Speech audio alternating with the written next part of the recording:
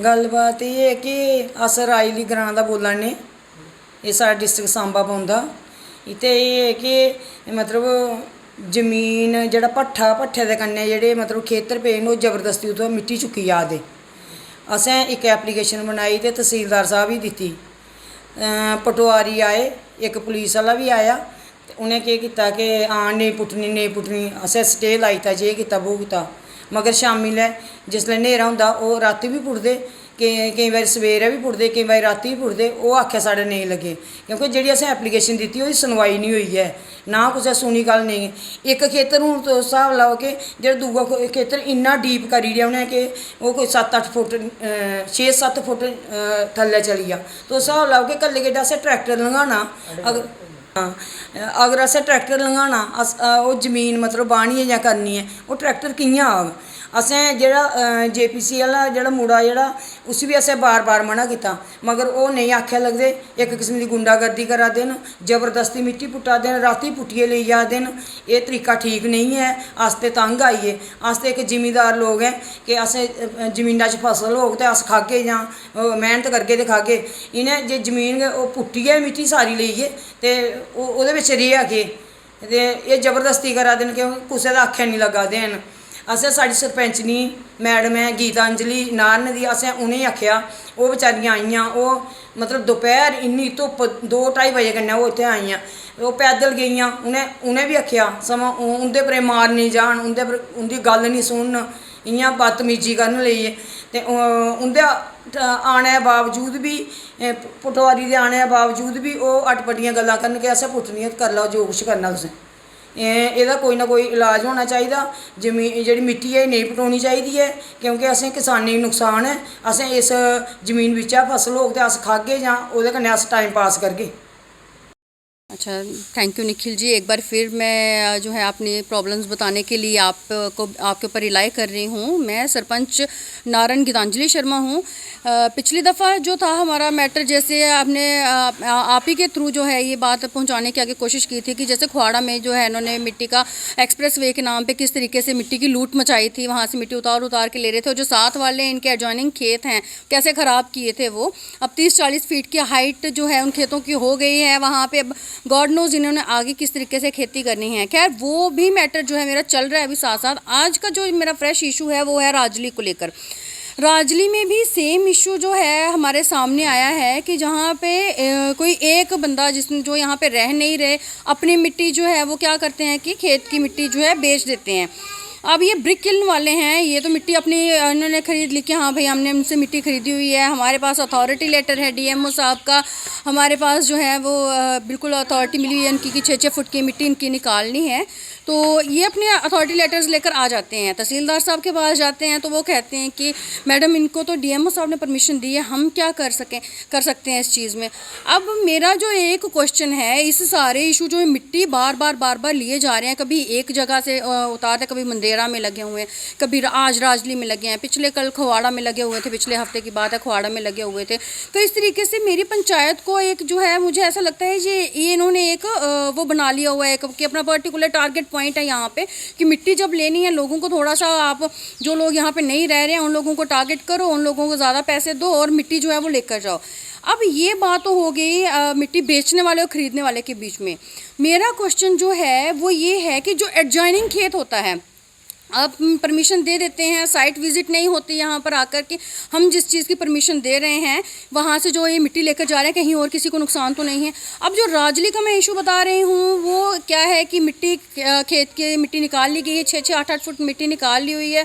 अब मुझे मेरा सवाल ये है, प्रशासन से सवाल है, DMO साहब से सवाल करती हूँ, मैं तहसीलदार साहब से सवाल करती हूँ।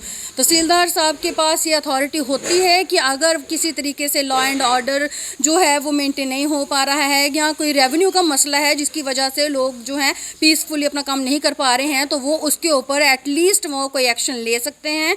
वो अपना जो है रिपोर्ट बनाकर जो थी वो DMO साहब को भेज सकते थे, ताकि उनकी ये जो अथॉरिटी उनको माइनिंग की मिली थी वो रिजेक्ट हो सकती, उनकी विड्रॉ हो सकती थी वो एप्लीकेशन। लेकिन तहसीलदार साहब ने ऐसा कोई एक्शन नहीं लिया। अब मेरा क्वेश्चन ये है कि जो वो खेत अब ऊंचाई पे चला गया है, 8 फीट ऊंचा हो गया है जो खेत, रास्ता चारों तरफ से बंद कर दिया है। 1 महीने में बरसात उतर जाएगी, उस टाइम पे जब वहाँ पे पानी ही पानी इकट्ठा हो जाएगा, लोगों ने वहाँ पे अपनी फसलें लगानी होंगी, कल को धान लगाएंगे, कल को वहाँ पे गेहूँ लगाएंगे, अपनी मक्की ज्वार कुछ भी लगाएंगे फसल अपनी। मुझे एक चीज़ बताएं ये प्रशासन, ये मुझे तहसीलदार साहब बताएं, डीएमओ साहब बताएं इवन, कि अगर वहाँ से किसी ने ट्रैक्टर लेकर जाना है वो कैसे जाएगा? हमें कोई एक रास्ता बता दें, हमें ऑल्टरनेट बता दें कि ये रास्ता था मैडम, तो इसी वजह से हम लोग जो थे वो इस चीज़ को ज़्यादा सीरियसली देख नहीं रहे थे। अब वो वहाँ से ट्रैक्टर तो जाने को रहा, फ़र्ज़ किया ट्रैक्टर नहीं लेकर जाते हैं, हम भाई हाथ से ही करवा लेते हैं उसको। मुझे बताओ, जब एक इतना बड़ा गट्ठा किसी ने उठाया होगा सिर पे, वो कैसे उतरेगा वहाँ से और कैसे चढ़ेगा वहाँ पे? 8 फुट का हाइट है, मतलब कि मेरी और आपकी हाइट से भी ज़्यादा हाइट रहेगी जिसकी, ठीक है, वो 8 फुट की हाइट पे कोई जंप करके उतरेगा या जंप करके चढ़ेगा वो इतना बड़ा गट्ठा लेकर? ये चीज़ जो है बिल्कुल क्लियरली अंडरस्टूड है कि आपने मतलब कि कितना नुकसान किया जिसका एडजॉइनिंग खेत है। आप बाद में बोलते हो कि ये परमिशन जो है वो इस फलाने ने दे दी, हम ये नहीं कर सकते, वो नहीं कर सकते। आप लोग अगर कुछ कर नहीं सकते हैं तो मुझे नहीं लगता कि आप डिपार्टमेंट में, मतलब कि ये डिपार्टमेंट होना चाहिए। ये डिपार्टमेंट है ही क्यों? रेवेन्यू वाले अगर कुछ कर नहीं सकते हैं तो रेवेन्यू डिपार्टमेंट है भी क्यों है? अगर ये सब कुछ जो है माइनिंग वाले ये देखेंगे। अब अगर माइनिंग में मैं फ़ोन करती हूँ तो वहाँ से हमें मिलता है जवाब कि रेवेन्यू वाले रिपोर्ट बनाकर भेजते हैं, डीसी साहब से अप्रूव होकर आती है, उसके बाद हम परमिशन देते हैं। तो देखा जाए तो एक तरीके से आप चैनलाइज्ड वे में काम कर रहे हैं। लोगों कहने को आप लोगों के लिए कर रहे हैं, लेकिन क्या ये सचमुच लोगों के लिए है? एक बंदा फ़ायदा लेकर जा रहा है मिट्टी बेचकर, और दूसरा बंदा नुकसान में है कि उसके जो खेत ख़राब हो गया, उसको आने जाने का रास्ता नहीं है, बारिश होगी पानी उसके बीच में जाएगा, आज नहीं तो कल 2 महीने 4 महीने या 1 साल में वो खेत बैठ जाएगा। जैसे 8 फुट उसकी मिट्टी निकली थी वैसे 8 फुट वो खेत भी बैठ जाएगा दूसरा। ये तो एक इतनी लॉजिकल सी बात है जो आजकल मुझे लग रहा है 2nd क्लास पढ़ता हुआ बच्चे को भी पता होती है। फिर ये रेवेन्यू वालों को कैसे समझ में नहीं आती? रिपोर्ट डालने के नाम पर जो है रिपोर्ट डाली जाती है कि आप बोलें हम तो ये पटवारी साहब हैं या तहसीलदार साहब हैं, मैं इनकी बहुत रिस्पेक्ट करती हूँ क्योंकि कई मैटर्स ऐसे होते हैं जहाँ पे इनका पूरा कोऑपरेशन रहता है हमारे साथ, और हम भी इनके साथ पूरा फुली कोऑपरेट करते हैं। अब इस पर्टिकुलर मैटर पे जो है जैसे कोई कोऑपरेशन नहीं मिल पा रहा, मैं बार बार फ़ोन कॉल्स कर रही हूँ, मैं बार बार जो है लेटर्स लिख के दे रही हूँ, उसके बावजूद भी जैसे कोई मुझे रिस्पॉन्स मिल नहीं पा रहा है, तो अब आखिरकार मैं मजबूर होकर जो है ये सब क्यों बात पहुँचाने के लिए मैंने मीडिया का जो है वो सहारा लिया है कि कम से कम अब 4 लोग देखें, सुने और देखें कि किस तरीके से काम किया जा रहा है। क्या ये सिस्टम है? क्या मोदी गवर्नमेंट जो हमारे मोदी साहब इतनी सारी स्कीम्स लेकर आ रहे हैं किसानों को अपलिफ्ट करने के लिए? एग्रीकल्चर का पीछे हमारे यहाँ पे प्रोग्राम चला था 3 दिन का, वहाँ पे हमें बताया गया 30-40 स्कीम्स हैं, लोगों को अपलिफ्टमेंट के लिए क्या कुछ किया जा रहा है। लेकिन आप मुझे बताओ, एक तरफ इनके डिपार्टमेंट, ये जो रेवेन्यू डिपार्टमेंट है या ये जो ये लोगों को कोऑपरेट करने की बजाय जो है लोगों को और परेशान करने पे आ गए हैं, जहाँ पे वहाँ पे ये लोग अभी इन स्कीम्स को अवेल करें या वहाँ पे अपनी परेशानियाँ सुलझाएं। गवर्नमेंट जो है वो बहुत कुछ कर रही है, लेकिन क्या गवर्नमेंट के बाशिंदे जो इन्होंने यहाँ पे ऑफिशियल्स हैं क्या वो भी उतनी ही लगन से काम कर रहे हैं?